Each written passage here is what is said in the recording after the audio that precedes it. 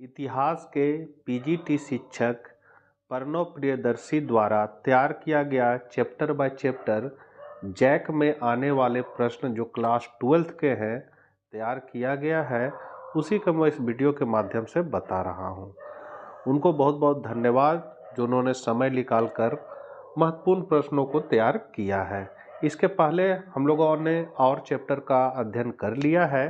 इस वीडियो में हम लोग चैप्टर 7 एक साम्राज्य की राजधानी विजयनगर के प्रश्नों के आंसर को देखेंगे। क्या क्या महत्वपूर्ण प्रश्न है। चैनल पर पहली बार होंगे तो जरूर सब्सक्राइब कर ले। तो चलिए हम लोग आज कुछ नया सीखते हैं। तो आपका पहला क्वेश्चन है, विजयनगर के संस्थापक कौन थे? तो इसके संस्थापक थे आपका हरिहर और बुक्का। विजयनगर के सबसे प्रसिद्ध शासक कौन थे? तो कृष्णदेव राय। हजारा राम मंदिर और विट्ठल स्वामी मंदिर का निर्माण किसके शासनकाल में हुआ था? तो ये हुआ था कृष्णदेव राय। तालीकोटा की लड़ाई कब हुई थी? तो 1565 ईस्वी। इटली यात्री निकोलो कोंटी किस राजा के शासनकाल में आया था? तो देवराय प्रथम। विजयनगर और बहमनी राज्य के बीच संघर्ष का क्या कारण था? तो कृष्ण और तुंगभद्र का दोआब। विजयनगर राज्य की स्थापना कब हुई थी? तो 1336 ईस्वी। सालू वंश के संस्थापक कौन थे? तो सालू नरसिंह। तुलुक वंश के संस्थापक कौन थे? तो वीर नरसिंह। विजयनगर का किस राज्य के साथ हमेशा संघर्ष चलता रहा? तो बहमनी से। अमुक्तमाल्यद की रचना किसके द्वारा की गई थी? तो कृष्णदेव राय द्वारा। ये बहुत इंपॉर्टेंट क्वेश्चन है बच्चों। अमुक्तमाल्यद की रचना किस भाषा में की गई थी? तेलुगु भाषा में। तालीकोटा का युद्ध किसके नेतृत्व में लड़ा गया? तो राम राय। बारबोसा कहाँ के यात्री थे? पुर्तगाल। किसका शासनकाल तेलुगु साहित्य का क्लासिकी युग माना जाता था? कृष्णदेव राय। किसे आंध्र भोज भी कहा जाता है? तो कृष्णदेव राय। अब यहाँ से लघुतरीय प्रश्न आपका, हम्पी के भवनावशेषों की खोज का श्रेय किसे जाता है? तो अभियंता और पुराविद कर्नल कॉलिंग मैकेंजी के द्वारा हम्पी के भवनावशेष 1800 ईस्वी में प्रकाश में लाए गए थे। फिर है, डोमिगो पायस किसके शासनकाल में विजयनगर आए थे? तो कृष्णदेव राय। सीजर फेडरिक किसके शासनकाल में विजयनगर आए थे? तो सदाशिव राय। फारसी यात्री अब्दुल रज्जाक किसके शासनकाल में विजयनगर आए थे? तो देवराय द्वितीय। विजयनगर किस नदी के तट पर स्थित है? तो तुंगभद्रा। विजयनगर की राजधानी कहाँ थी? हम्पी। बहमनी राजाओं की राजधानी थी तो गुलबर्गा। मीनाक्षी मंदिर कहाँ स्थित है? मदुरई में। अठवन का क्या मतलब है? तो भू राजस्व विभाग। कृष्णदेव राय विजयनगर साम्राज्य के महानतम शासक थे कैसे? तो कृष्णदेव राय विजयनगर साम्राज्य के महानतम शासकों में एक थे। बहुत इंपॉर्टेंट क्वेश्चन है बच्चों। वह कला और साहित्य के क्षेत्र में अनेक कार्य किए, जैसे हजारा राम मंदिर, विट्ठल स्वामी मंदिर, अमुक्तमाल्या नामक तेलुगु पुस्तक की रचना किए, नागलपुरम नामक शहर अपनी माता के आदर में बसाए इत्यादि। कृष्णदेव राय अपने सैन्य कौशल के लिए जाने जाते थे। उन्होंने पड़ोसी राज्यों के खिलाफ अनेक सफल युद्ध किए। उन्होंने एक मजबूत नौसेना भी बनाया, जिससे उन्हें व्यापार मार्गों को नियंत्रित करने और साम्राज्य के प्रभाव का विस्तार करने में मदद मिली। वह कला के भी महान संरक्षक थे। उन्होंने तेलुगु संस्कृत, साहित्य, संगीत और नृत्य के विकास का समर्थन किया। अतः कृष्णदेव राय का शासनकाल विजयनगर साम्राज्य के लिए एक स्वर्ण युग था और साम्राज्य की संस्कृति, अर्थव्यवस्था और सैन्य शक्ति में उनके योगदान ने उन्हें भारतीय इतिहास में एक महान शासक बना दिया। अमरनायक कौन थे? विजयनगर प्रशासन में उनका क्या योगदान था? तो अमरनायक विजयनगर साम्राज्य का एक महत्वपूर्ण पद था, जिसके अनेक कार्य थे। जैसे अमरनायक सैनिक कमांडर थे, जिन्हें राय द्वारा प्रशासन के लिए राज्य क्षेत्र जमीन का टुकड़ा दिया जाता था। वे किसानों, शिल्पकर्मियों तथा व्यापारियों से भू राजस्व वसूल करते थे, जिसे अठवन बोला जाता था। वे राजस्व का कुछ भाग व्यक्तिगत उपयोग तथा घोड़ों और हाथियों के निर्धारित दल के रख रखाव के लिए अपने पास रख लेते थे।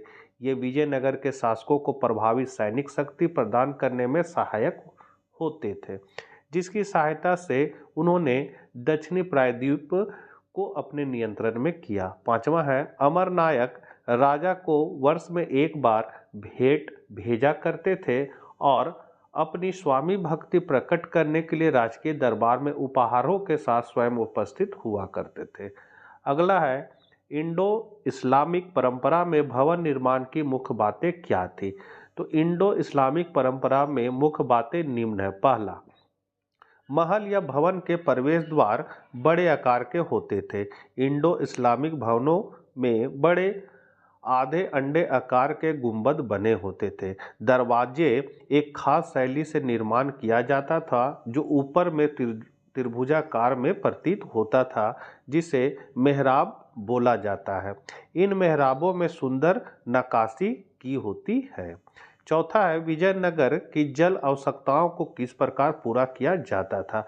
तो विजयनगर की जल आवश्यकताओं को मुख्य रूप से तुंगभद्रा नदी से निकलने वाली धाराओं पर बांध बनाकर पूरा किया जाता था। यह नदी उत्तर पूर्व दिशा में बहती है। विजयनगर की पहाड़ियों से कई जलधाराएं आकर तुंगभद्रा नदी से मिलती है। इन धाराओं में बांध बनाकर अलग अलग आकार के हौजों का निर्माण किया जाता था। इन हौज के पानी से न केवल आसपास के खेतों को सींचा जा सकता था, बल्कि उसे एक नहर के माध्यम से राजधानी तक भी ले जाया जाता था। कमलपुरम जलाशय नामक हौज सबसे महत्वपूर्ण हौज था। तत्कालीन समय के सर्वाधिक महत्वपूर्ण जल संबंधी संरचनाओं में से एक हिरिया नहर को आज भी देखा जा सकता है। इन नहर में तुंगभद्रा पर बने बांध से पानी लाया जाता था और इस धार्मिक केंद्र से शहरी केंद्र को अलग करने वाली घाटी को सिंचित करने में प्रयोग किया जाता था। संभवतः इसका निर्माण संगम वेश के राजाओं द्वारा करवाया गया था। इसके अलावा झील, कुएं, बरसात के पानी वाले जलाशय तथा मंदिरों के जलाशय से सामान्य नगर वासियों के लिए पानी की आवश्यकताओं को पूरा करते थे। अगला है, शहर के किलेबंद क्षेत्र में कृषि को रखने के अपने विचार में क्या फायदे और नुकसान थे? तो विजयनगर के शहरों के किलेबंदी का उल्लेख अब्दुल रज्जाक के द्वारा किया गया है, जो न केवल शहर को बल्कि कृषि में प्रयुक्त आसपास के क्षेत्र तथा जंगलों को भी घेरा गया है। इस किलेबंदी की सबसे महत्वपूर्ण बात यह थी कि इससे कृषि क्षेत्रों को भी घेरा गया था।